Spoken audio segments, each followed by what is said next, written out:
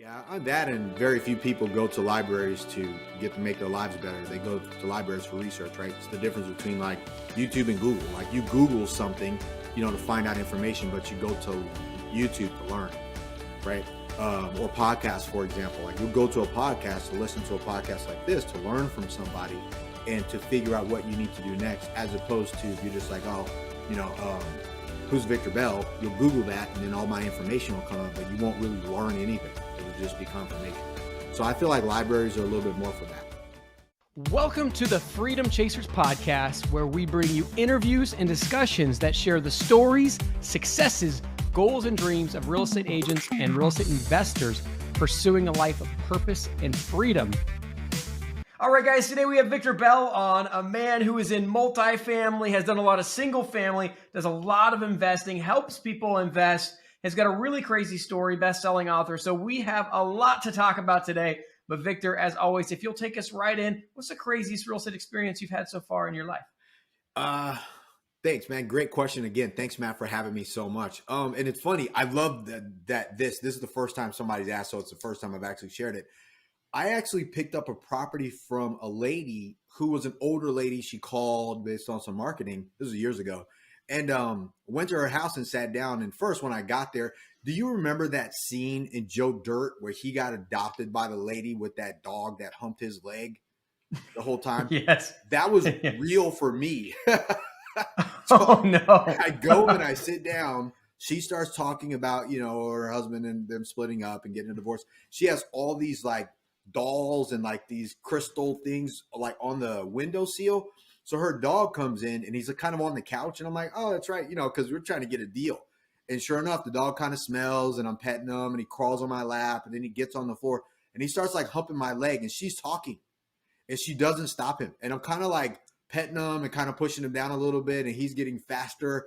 And then before you know it, I'm kind of shifting a little to push him down and still look at her because, try to stay engaged. She's crying. The dog's humping me. And I'm just like, oh my gosh. Like she's crying. Tell me about that. Yes. She was talking about her divorce. So she starts reliving this in front of me while I'm getting molested by her dog.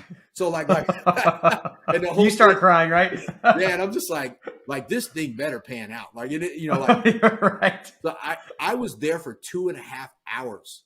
I think her dog left, got tired of my leg, came back, got on the other. I was like, man, okay, he's recovered. He's in for round 2. She was still talking, and I was, it was, that was my craziest story. But I know if anybody's ever watched Joe Dirt, that's me. The only thing was missing was my mullet. So the question is, right? Did it pay out? Did you get the deal? It did, man. It did. I actually got the property. That would have been my worst story. It would have moved away from wacky to worst had I not got the property. Totally. Amazing. So take us back to the very beginning. I mean, what led you to get into real estate? What was like even for you as a young person? Sure. So, I give you kind of the cliff notes on my world, right? So I left my mom's house when I was about 12 and a half. My parents split up when I was young. I eventually moved with my dad when I was about 13 or so. I had my first kid when I was 14 years old. Got kicked out of high school, like later on during my senior year, finished school. And later I went to the Army, got out of the Army, quit college off of its free college money. Cause they're like, yeah, join the Army, you'll pay for your college. So, and then I was like going there for the first semester and not showing up for class. And they were like, hey, Vic, if you come back, you're going to owe money. You got to pay that back. And I was like, what? No way.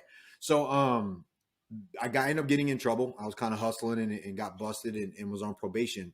On probation, naturally, if anybody's ever been in trouble or been on any level of probation, there's things you have to do. So I needed to get a job. And I got a job. I got fired from a bunch of jobs because I was on probation. They're like, hey, you can't work. You're on probation. And I got a job, and everyone hated that job. This was in Texas. I was in Texas at the time. And I was driving home from work, fell asleep behind the wheel because I worked nights. And woke up on the side of the road, and I was like, all right, tomorrow I have to do something different. So I drove to Austin, went to a bookstore, sat on the floor looking up at all the business books, and there was a book in there about real estate. And I sat down on the floor. I went there every day during that week and read that book. And I was like, you know what? I think I can do this. And that started me on my real estate journey. That first year, like I was telling you, like I did $1.2 million in real estate deals, those transactions that first year.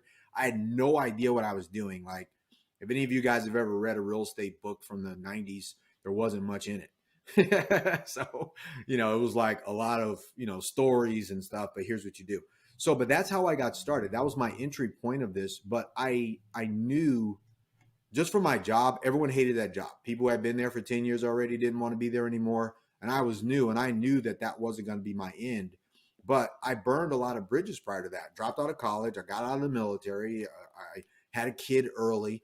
Left home really young. So it isn't like I had like this booming future ahead of me, right? So that was my acceleration moment, if you will. Like, people like, where do you think your world would have been had you not? And like, dude, I have no idea. I'd probably be in jail or dead or prison. Not that life goes that way, but it could have, right? Because I mean, when you have when you have somebody like myself, a lot of pent up energy and demand for myself, like I would have probably got into some other business or something, but who knows, you know? But What that led was you my into that entry. bookstore? It was called Fast Cash with Real Estate by Ron LeGrand. So that was that book. But be honest with you, what was really in the book is people are like, oh, I'm gonna check that book out. I'm like, it's probably been redone over the years. But the thing that got me was there was a script in the book. It was like call for sale by owners and read this script. And literally, if you do real estate today, it's like, what's the minimum amount you could take, least amount you could take for your house? Is that the best you can do? Like, that's the equivalent of the negotiation strategies in that book, which we've all heard, which is funny. But it was enough to get me started. It was enough to like I tell people, like, you sometimes when you're in the beginning, you don't want to rely on your own confidence. One, because you don't know what you're doing. You just latch on to someone else's confidence and use that until you can make it your own. And that's what I did. And I found people to help me along the way. And so my curiosity is like, you're on a certain path. Mm-hmm. What even made you want to go into the bookstore at all? It was either that or go back to that job that I hated. Like, I didn't know where. I mean, think about it. Now everyone has the internet. You can look on your phone. You Yeah. can pull stuff up. There was no place to get information about where to go. Right. I Yeah. didn't have any contacts. I didn't have the money. I didn't have the credit at the time. So it's like, okay, so at the time, there's only books. There's only that, right? So at the time, so it's like bookstores or the library. So that's why that was that way. And bookstores were probably a better source, right? Because I mean, while the library has all these books, the bookstores are probably selling the books that people are actually buying, and people, the more up to date books. Yeah, on that, and very few people go to libraries to get to make their lives better. They go to libraries for research, right? It's the difference between like YouTube and Google. Like, you Google something, to find out information, but you go to YouTube to learn, right? Or podcasts, for example. Like, you'll go to a podcast to listen to a podcast like this to learn from somebody and to figure out what you need to do next, as opposed to if you're just like, oh, who's Victor Bell? You'll Google that, and then all my information will come up, but you won't really learn anything. It'll just be confirmation. So I feel like libraries are a little bit more for that. So you get the book, you start taking some action. Was your life immediately set on the right path, or how did things evolve from there? I got the book. I called some numbers out of the yellow page. No, I'm sorry, out of the newspaper for the house. Someone was like, "Yeah, sure, bring me the money down." I was like, "Holy hell!" That guy said, "Yes." I have no idea what to do next. There was no chapter on that in the book, right? But the book did say call mortgage companies and banks and stuff like that, and ask them to for money and investment partners and who do you know, blah blah blah. So I basically called all the numbers in the phone book, which in the yellow pages in Austin, Texas, was like this thick, of all the mortgage companies, and I went from the A's to the S's before I got somebody who would actually say, "Yeah, you know what? Okay, what did you need?" So Bob and Jamie, they own a mortgage company. Jamie's actually my investor relations manager for Bell Capital right now. She actually still works with me. But Bob was like, "Yeah, come on in." He was like, "You don't even know what you're doing, do you?" And I was like, "No." So, but to your point of mindset, I was like, "Hey, I'm willing to do whatever if you'll help me, right? I'll clean coffee stains off your desk. I'll cut your grass. I'll wash your car. I hate doing all of those things. If you ever talk to my wife, she'd be like, he doesn't do any of those things he offered to do for Bob." But, but he was like, "Yeah, come on in." Turns out Bob actually this was in anybody who's ever been to a real estate seminar, we call them the traveling circus, right? Like, Bob and Jamie actually had a company that bought and sold notes, structured notes, creative financing, things like that. They work with Ron. ironically, just like that, just sharing with people how small this world is. He said, come on in. I told him the book I read and told him what I had done. He's like, I actually work with them. We work with the company. We travel around. We teach this. We go through seminars and stuff like that. Our mortgage company structures notes and buys notes, blah, blah, blah. Right. So I was like, really? So I got the opportunity to kind of get inside and see how the sausage was made. So yes, he introduced me to a partner. He became a money partner for us. We closed those deals. And then he was like, hey, go back and ask that guy that said yes on the phone to the house if he has any other properties. So I called him back and I was like, hey, his name was Junior. I was like, hey, Junior, you have any more properties? He's like, yeah, I got 300 properties. Let's sit down. And I was like, oh, really? Okay. Which is how I got all those properties that first year. So it was, How many did you buy your first year? I was 24 properties. Which is 1.2 million, right? If I remember correctly from our Yeah, because back then, properties weren't that expensive as they are now. But primarily, the only house in that package was one house. The rest of them were duplexes, triplexes, 16 unit, a 12, an 8-plex. Like the rest of them were multifamily. Again, now bear in mind, I went from like falling asleep on the side of the road to getting a book from the store to going into a company now with Bob and Jamie, sitting down, learning creative financing and how they structured it, to now all of a sudden bringing a package of deals to a partner that funded them. And now I'm overseeing all these people that I had no idea what was happening. So it was a lot of lessons for me to be like, oh, wow, there's all these tenants now that me and my partner have to be responsible for. And let me figure out how to do this. Let me make these phone calls. Let me understand leases. But Bob and Jamie, they taught me a lot. I had to get a management company, made a friend with a management company because I self-manage all of our stuff, and start asking real questions. I have no problem asking people questions and telling people I don't know what I'm doing. yeah. None whatsoever, even to this day. What did your life look like after buying those 24 properties? Busy because I quit the job. So I quit the job that I was working at that I hated, and I started going to Bob and Jamie's office all the time. I kind of had to still get another job because it was like I wasn't getting paid there, but I had these properties that had to show up for probation at the time. So, but my life changed because I had assets, and I try to tell people like new real estate investors, they're like, I'm going to buy all these properties. I'm going to be free. I'm like, well, you won't. You have more flexibility, but you won't be free. You will still have to work, generate some type of income or revenue with whatever it is that you're doing, right? Sales job or whatever you got going on. Because while this is happening, you're building your net worth and your portfolio. That pays in over time. If you have multifamily, everyone's like, yeah, but you have a fourplex and is making money. I'm like, well, 50% of that's going to go to your expenses, and you're still going to have to pay your debt. So in a fourplex, which is why I said don't do fourplexes, go a little bigger, one of your units is probably going to be your income. And if you're like, I'm going to buy it and I'm going to live in one and rent out the others, like, cool, then you get free rent.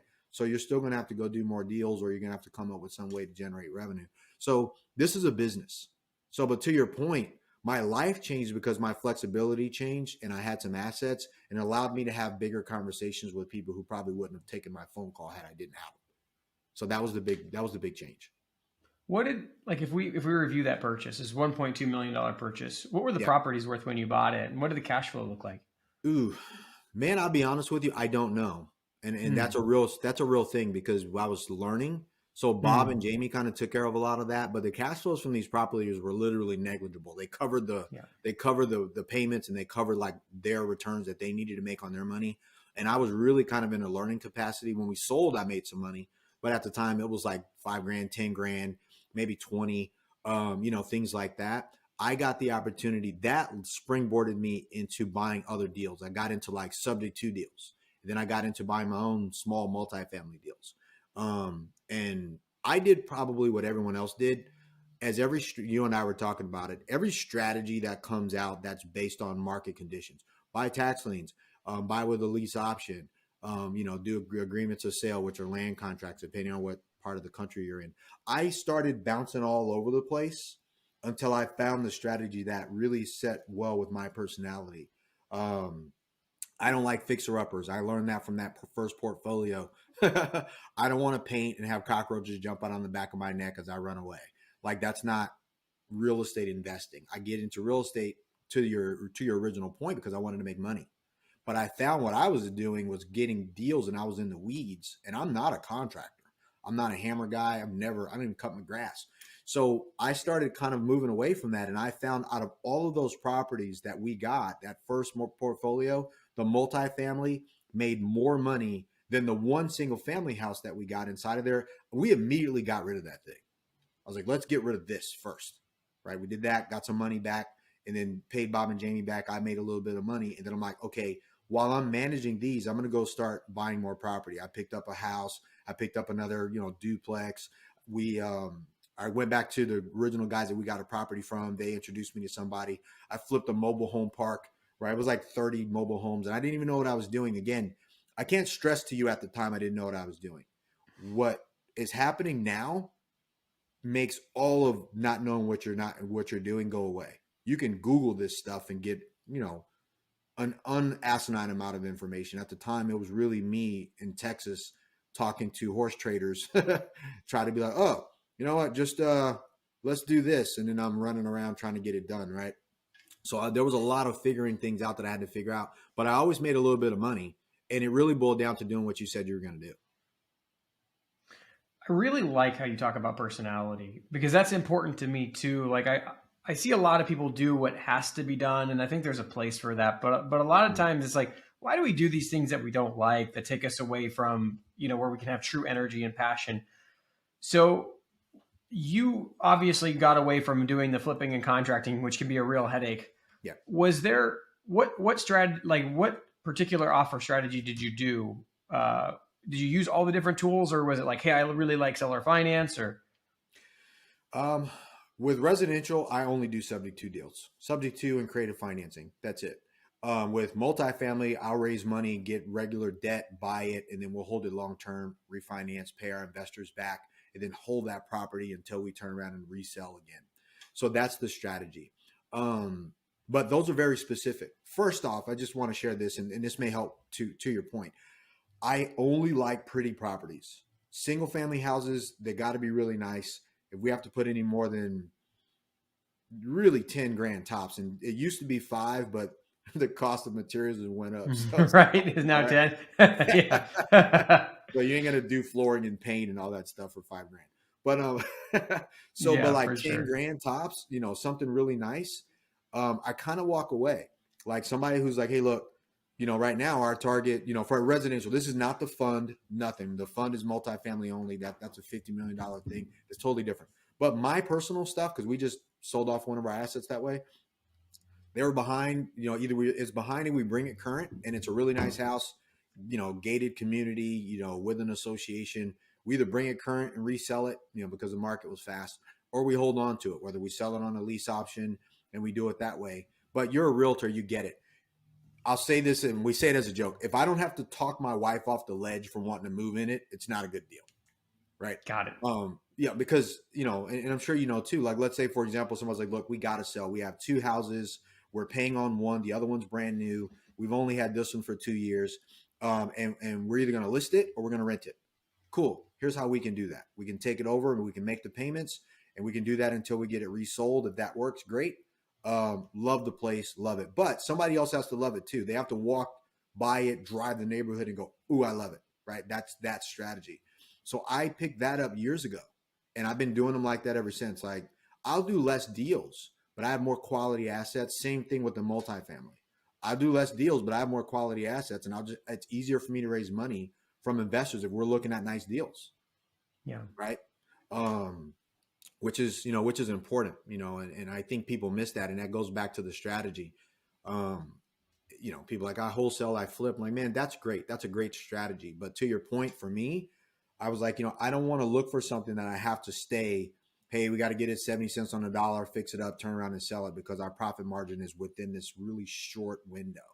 And I'm like, look, I can have a property that I take over, and this is residential again. We can have a property we take over that has no equity in it. If I'm going to keep it, they don't want it, I'm going to make the payments, and I'm going to make that, and it goes to our balance sheet. I'm just going to do that for now. I don't have the work. I don't have the headaches. I don't have to worry about fixing it up. It's in a location that's really nice, and it'll always be valuable. I'll do that deal. This is real estate. Yeah. Right. Yeah.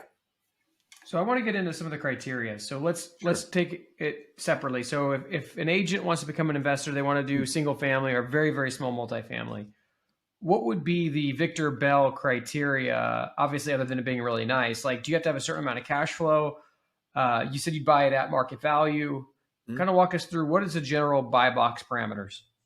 Well, if you're a real, let's say you're a realtor and somebody calls and goes, "Hey, look, we're getting ready to move."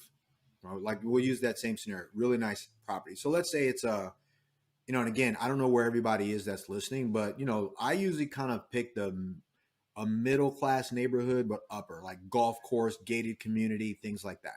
But if somebody goes, look, you know what, um, and this is for a lot of realtors. Sometimes people have to budget the 6% plus I budget 10% cost of sale, six plus another four, the closing cost plus if I call it go away money. If I'm like, hey, look, let's say it's $1 million property, we're gonna budget 100 grand off of that deal. Let's say they owe 850. There's no money there. Seriously, like there's no money there. That could be somebody go, look, you know what? We'll just take this property over. We'll make the payments on whatever you have and allow you to go on and move on if they want to do that. It's just an offer, right? And then when you turn around and resell it at some point in the future, if they're okay with that, great, it works. If it works for them, it works for you. You can keep it, rent it out to a future person that has the potential to buy it later, right? Those are deals that we look at, right? But somebody has to want to do that from a seller standpoint. And as a realtor, it's a little difficult. I mean, for me, my wife doesn't do our residential, so like our buying stuff. She's a realtor, but I have friends that are realtors, and they're like, we just disclose, hey, look, I'm an agent. This is going towards my personal assets.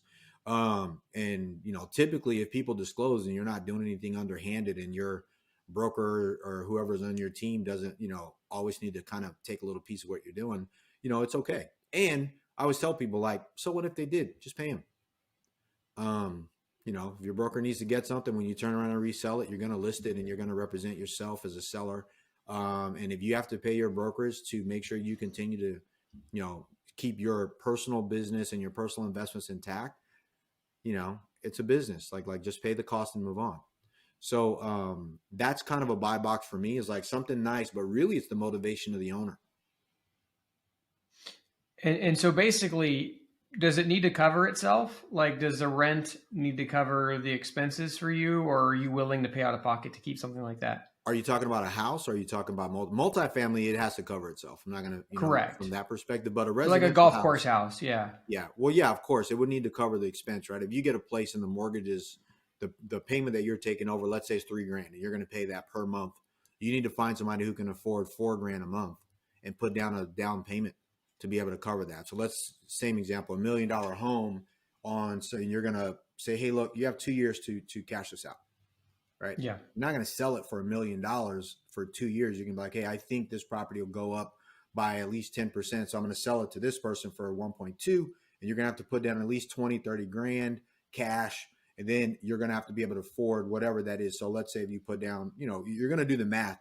Because do you think 2 years later, their rate that they're going to get, depending on where they're going to be, that's going to be based on a 6% rate, hypothetically.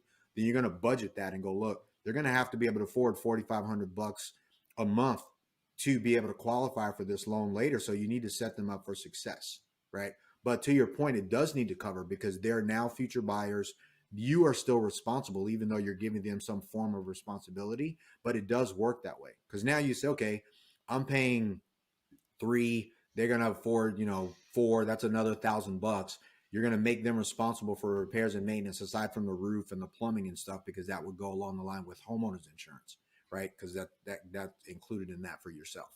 You need to know those things, but once and for all, you're taking over this property and you're giving somebody else the right to buy it. Or if your market's good, turn around and sell it, right? Let's say you got to pay let's say somebody says, fine, guys, we're willing to do that. You make our payments, we're going to skirt on down the road. And let's say there is, I don't know, let's say that same 50 grand is still on the table, hypothetically, for you to make money. If you're a listing agent and you can sell that and you're going to make 50 grand, and it's only going to, let's say you can do it in 2 months, it'll cost you 6 grand to do that. 6 grand to make 50 grand, I'll do that all day. Right. And I control the deal, and I'm the seller. And if a buyer comes around out of my own buyer's pool, I get to control the deal from the buyer side and the sell side. Or I work with a good friend of mine like you that has a buyer, and I can be like, hey, Matt, I got a great deal. I will be the seller on this deal. Or I'll be like, hey, Matt, why don't we do this? I'll just list it with you. I think it makes more sense. So that way there's no conflict of interest. Yeah. Right. So there's so many different ways to do this. But to your point, if you're like a realtor trying to figure out like, man, how do I not blur the lines? Just let people know what you're doing. Yeah.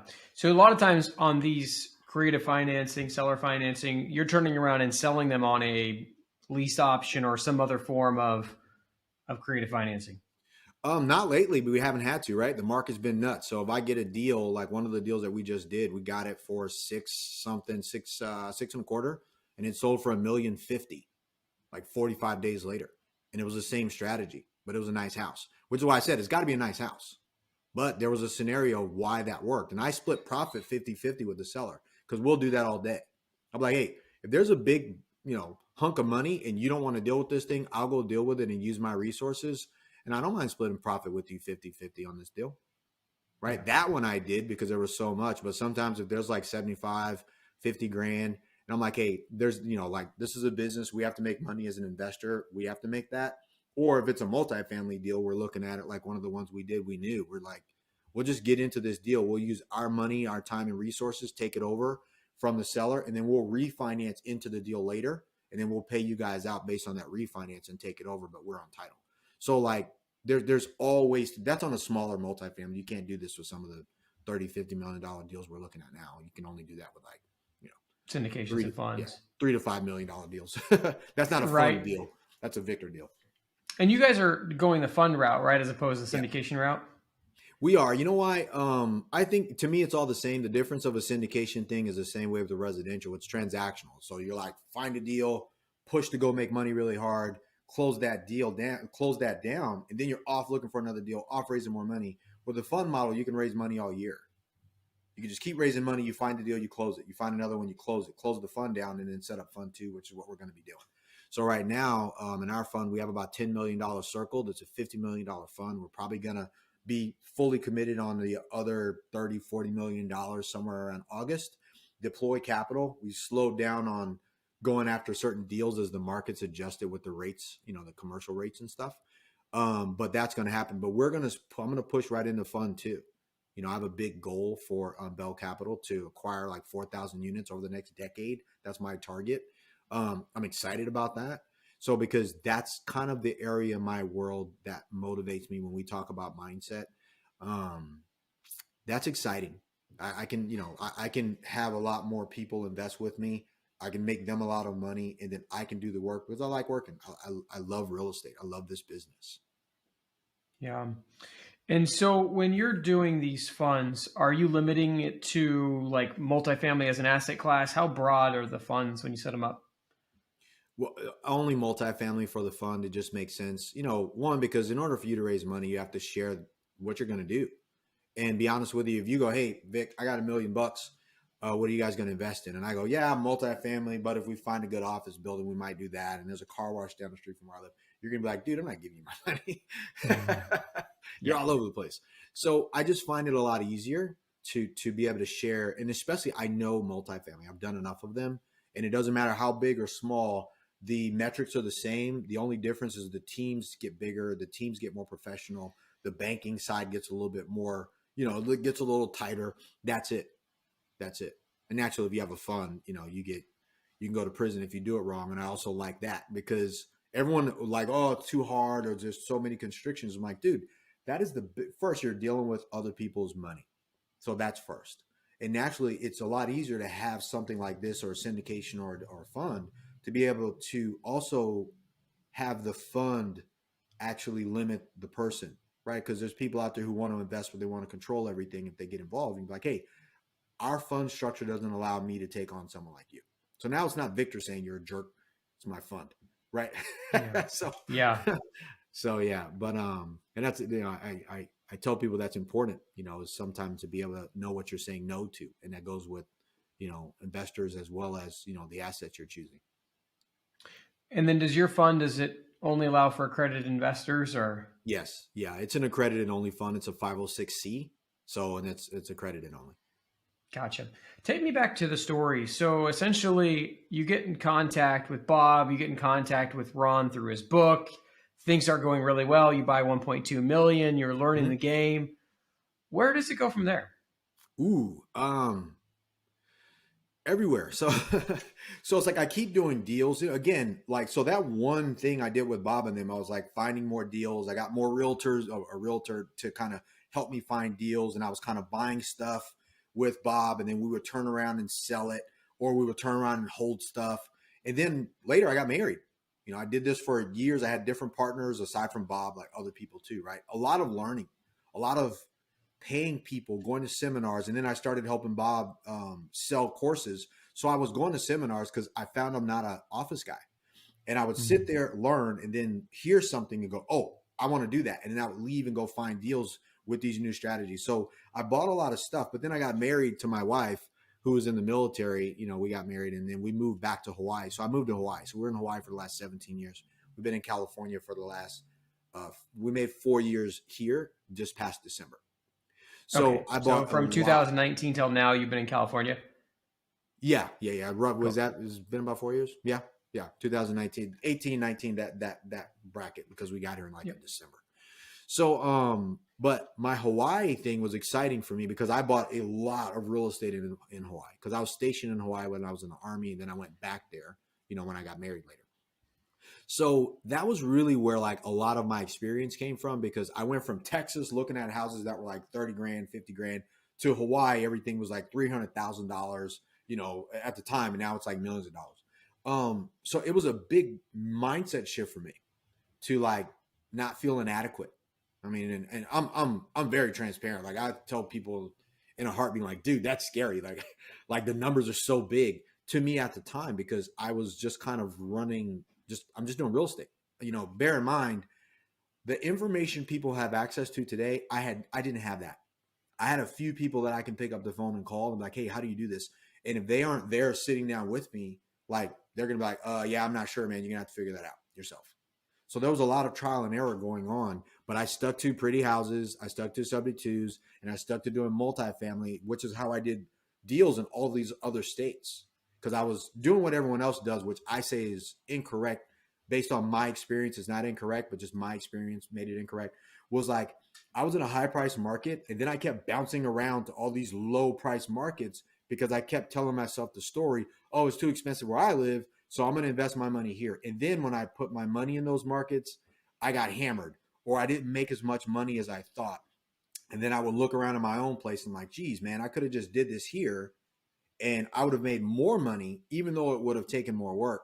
So even now, that's my theory. I'm like, look, I've seen this happen over and over again.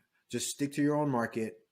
Even if it's more money, go raise the money, close that deal. You're going to make more money in a high price market than you will in a lower price market where people are only pulling down 3 grand, 5 grand, 10 grand. And in your own market, you can make 50, 60, 70 with the same amount of time, same amount of work, and you can actually monitor your investments, right? So that's been a huge thing for me. So to your point, the lot that happened was me moving, buying more properties, getting more people involved, and then also having some personal experiences like, you go to a seminar and people are like, oh, Ohio's doing great. Then I run to Ohio and I bought a 40 unit building.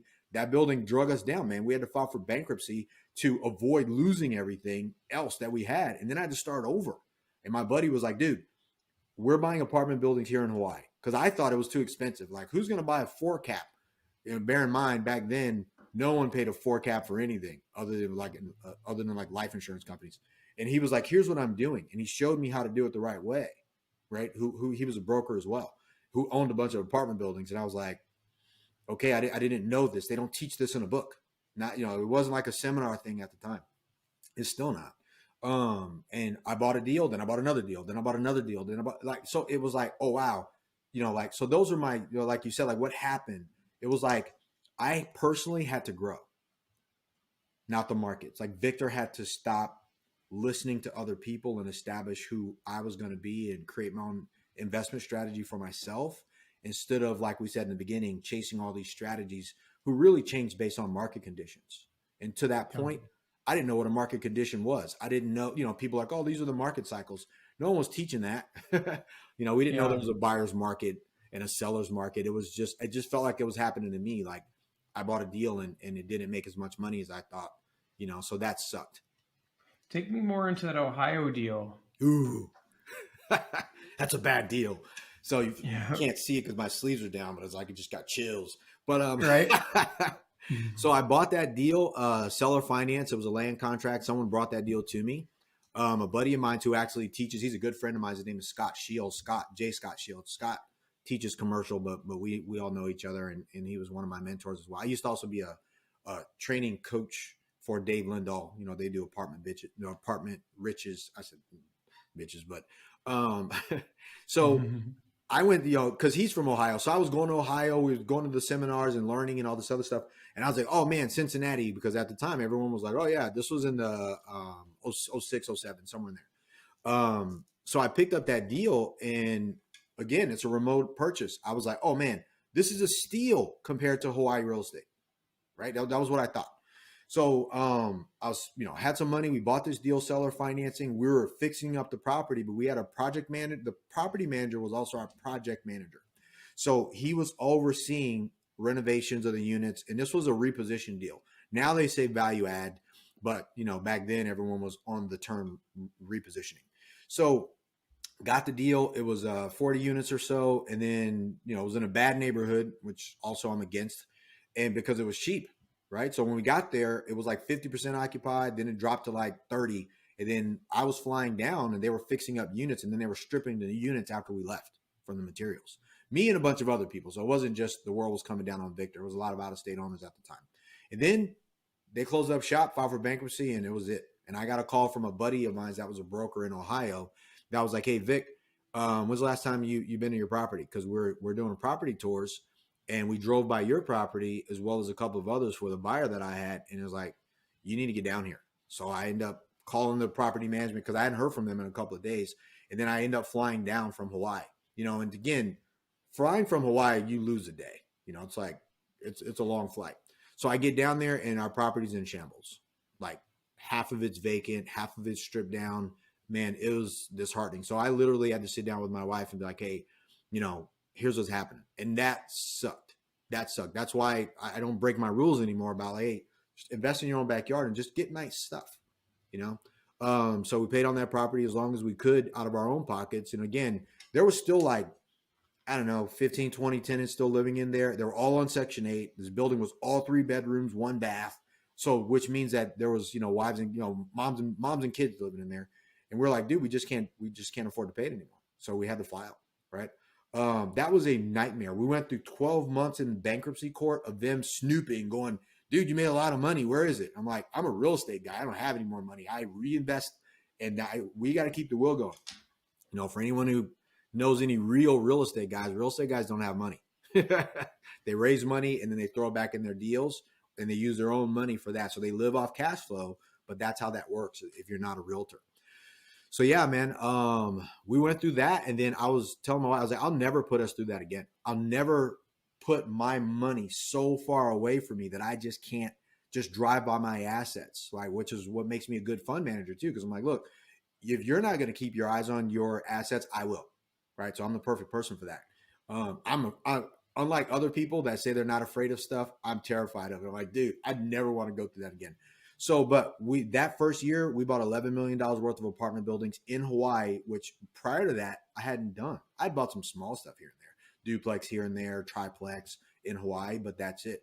But then it was like, okay, we bought a 17 unit, then a 10 unit, then a 12, and then a 7 unit. So like Hawaii doesn't have big assets. So you guys don't know, like anything for 20 to 40 units or so, because they don't have a lot of product. They do what's called a condo conversion. So they buy apartment buildings, convert them into condos, and sell the units, right? So anything with 20 units and 20 parking stalls has been condo converted. So you're hard pressed to get those unless somebody builds something, but the cost to build is ridiculous over there. So that was my lesson. And I was like, I'll never go through that again. So I learned valuable things, to your point of like, my worst deal put me on notice to really watch what's happening in the world, right? If you look at what's happening now, people go, yeah, all this money's moving to Florida. Well, I believe that money's going to rush out of all these different markets that people are in because they didn't make their money there. They put their money there. Big difference. So if you're going to play that game and chase yield all across the United States, take a look at where people make their money and just recognize, hey, it's short-lived. They're going to pull their money out. But what you can do is you can look at where they, abandon their forces and start rating where they left, which is why we moved to California. I'm like, look, everyone's going to move their money away from California and they're going to park it someplace else because it's cheap. And then when those cheap markets become equal to the markets that they inflated, they're going to pull their money out, make a little bit of money from those markets. They're going to run back home. But during that time, somebody's going to have to buy what they left, right? It's harder, but you got to do it. And I've seen it 2 times because we lived in Hawaii so long. So I was like, this is normal for me. I believe not all of California. I love San Diego. San Diego market is totally different. It's like this little pocket. I believe San Diego is 10 years behind the Hawaii market. I wish I would have bought everything in Hawaii when I was there more, because that's still my market. I still look there. And I also believe that the San Diego market is what everybody's talking about Florida, Miami. It will be that here too over the next 10 years because I'm watching what's happening. So, and it's not a pitch on San Diego, but I see what's going on, and I'm just looking at it from a real estate investor, and I'm not looking at it from pricing. Some people are like, yeah, but it's pricing and the government and rent controls. I'm like, that's happening all over the world, right? Even Airbnbs. We watched Airbnbs go away in Hawaii. People are like, yeah, I'm going to get this property. I'm going to overpay for it because I can Airbnb it. And then it was like the hotel industry was like, nope, we're going to stop paying this hospitality tax to you guys if the state and city don't regulate what's happening. And the state was like, oh, hey, guys, in this area, you can no longer do Airbnb. Like, why? It's like, because the homeowners are you're taking away home ownership. Yeah. So anyways, I'm sorry, man. I know I get excited about this stuff, but this is exciting to me because it's like, when you don't have to learn the real estate, you can kind of watch things happening in it now, right? When you know what you're going to do, like I said earlier, you're like, I know what I'm going to say no to, and I know what I'm going to say yes to. So what's really happening, not what I want to see, but what is really happening. Probably, and you see that too as a realtor and an investor, I'm sure. You can look and go, look, guys, as a realtor, here's what's really happening, not what the news says, right? People are buying still. The market's not crashed, and then you're looking as a real estate investor and you go, look, if I were to buy this asset, this pays me cash flow, and I can still transition between realtor investor, and I can do that. And I can also do it for myself. I can help more people do it. I can educate the world. Like you see a vantage point that other people can't. And that's huge, but you can't do it if you're like you're fixated, right? Yeah. So I think it's valuable. So yeah, and you're raising money to buy these really big, really cool assets now. Mm-hmm. Talk to me, and this might be, a difficult question to answer, I suppose, but you're raising money, and when you do, I mean, you've got a bankruptcy in your past. Yep. You were on probation, so on and so forth. Do those add any difficulty in raising money, or it hasn't really made much of a difference? It actually is a benefit to me. Right. So because like me having to control a situation that was going downhill and then rebuild, people like, dude, because how you hear people, nope, I've never lost money on a deal. And you're like, so is that going to be my money you lose? When's that going to happen? Because you don't have the wherewithal to put the house of cards back together. Right. Because even with bankruptcy, the judge was like, dude, you didn't do anything wrong. They actually kicked my case out. It just drug on so long. The trustees were like still searching. And the judge was like, look, you don't need to come back. They did something wrong. You didn't turn in paperwork. You can refile. I was like, Judge, I'm never coming back here. Right. Yeah. Which is why I started. So no, it doesn't. As a matter of fact, so you figure during those times that, like to the part, like you let people know, hey guys, here's what's happened.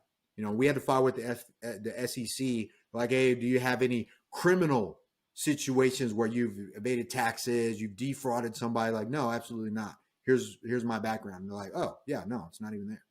Right. So a lot of people think that their failures in the past keep them from doing something. But be honest with you, who would you rather have?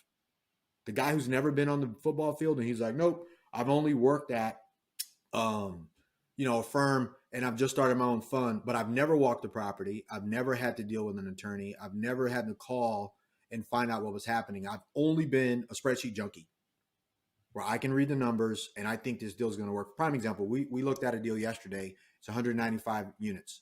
And I was talking to my guy, Corian, who's our acquisitions guy. So we talked about it. I was like, hey, I'm going to cruise by the site. I'm big on driving sites and walking sites. So when I got there, I was like, dude, I love this property. I love it, love it, love it. Like, so when we talk to the group, if they call back today, I have a reference point right? So to your point is like me having my background has forced me to take a look at stuff that people who've never went through the rigmarole wouldn't even consider ever. They'll be like, I had a guy, he was like, man, what'd you do? I was like, dude, we've had to actually get hard money loan on a retail property we bought. I didn't read the lease well. This was in like the 90s as well, right? Maybe early 2000s. Didn't read the lease. The tenant moved out. It was a restaurant. I didn't know. So the seller that sold it to me, we had some seller financing on. I had to go back to them and go, hey guys, you didn't disclose this. I missed it, but this is still something that you guys should have had going on, right? Because this was an agreement between you guys, and now I'm subject to this agreement. So my buddy was like, how'd you do that? I was like, dude, I called the hard money lender. I was like, hey guys, look, you and I are going to partner on this deal. We're going to go after this piece, and then I'm going to bring in my buyer. We're going to eliminate this stuff. You guys are going to get paid off. I'm going to make my profit, and I'm going to negotiate with this person, with the seller second, to drop this seller second because they got paid. They did some fraudulent act. We're not bringing it up against them. And they're like, you know what? Absolutely right. And I was like, and I'll pay the attorney's fees. So if you don't have that kind of stuff in your world, you ain't going to raise money from somebody, because someone who's astute and sophisticated, that's all they care about. Are we going to lose money, and how are you going to fix it if you do? Right. It actually, so all the people out there who are worried about ever raising money and stuff like that, and they need to be squeaky clean. I'm not saying you don't need to be squeaky clean. Just because I had a problem doesn't make me clean. It actually makes me better because I know how to clean myself off. Right. And I've never not paid anyone back. So that's the difference. Because my investors didn't lose money. Yeah. So on that Ohio deal, when you guys had to file bankruptcy, like, did you have investors in that deal? I did. I actually paid them back. I paid them back before I filed. And that was my lesson. Again, we go back to lessons. So if you file for bankruptcy and you pay people back within a 90-day or 91-day period, they go back after who you paid. You can't pick who you want to pay.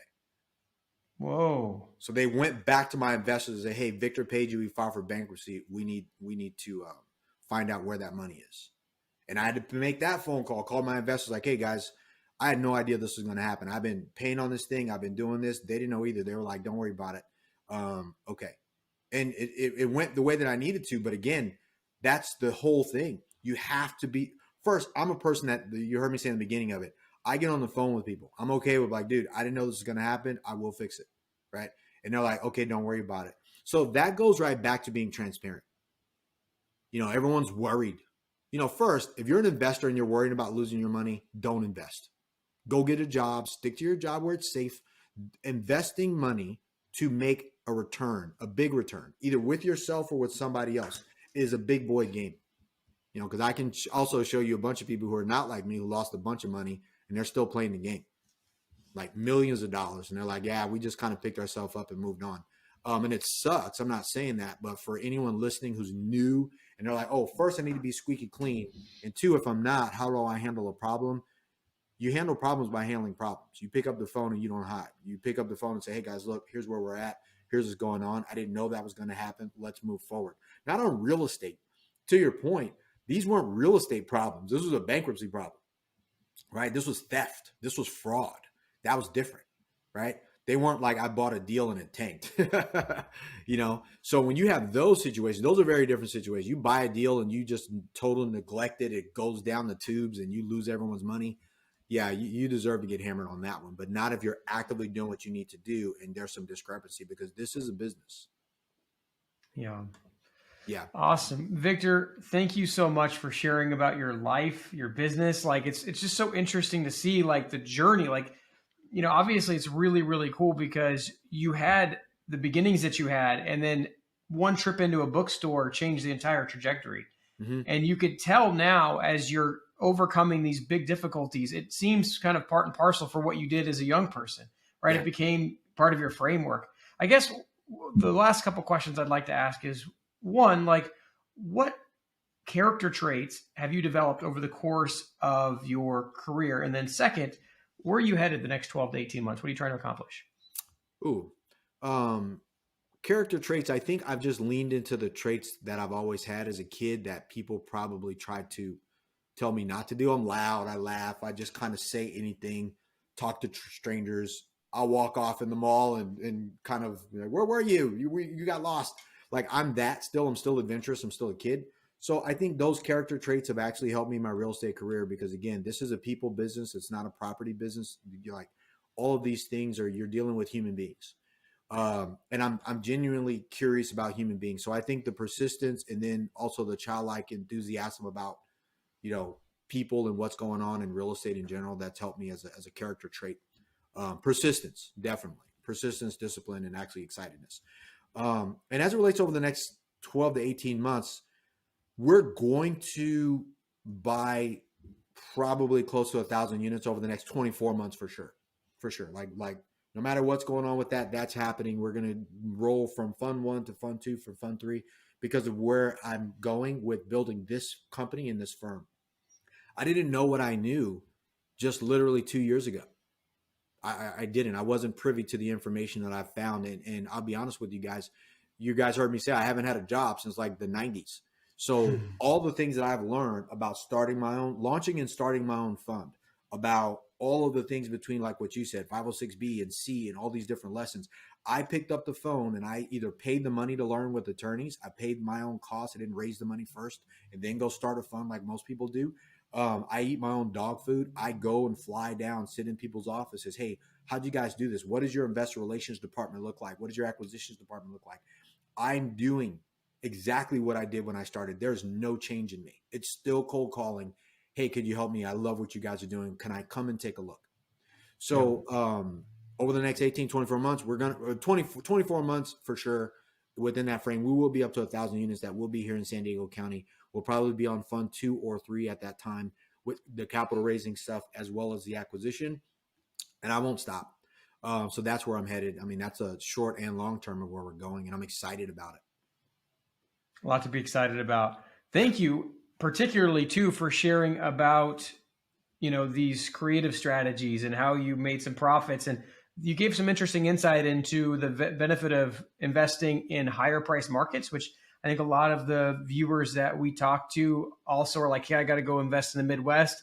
Maybe they'll get a lot of encouragement to invest in their home markets, to invest in higher price markets. So I really appreciate that. Guys, if you're out there listening, write something down from this episode that you learned, share it with somebody you know so that you can take action on it in the next 7 days, because freedom is acquired one action at a time. And if you take steps day by day before you know it, you'll be living a life of freedom. Thank you guys for tuning in. We'll catch you on the next episode.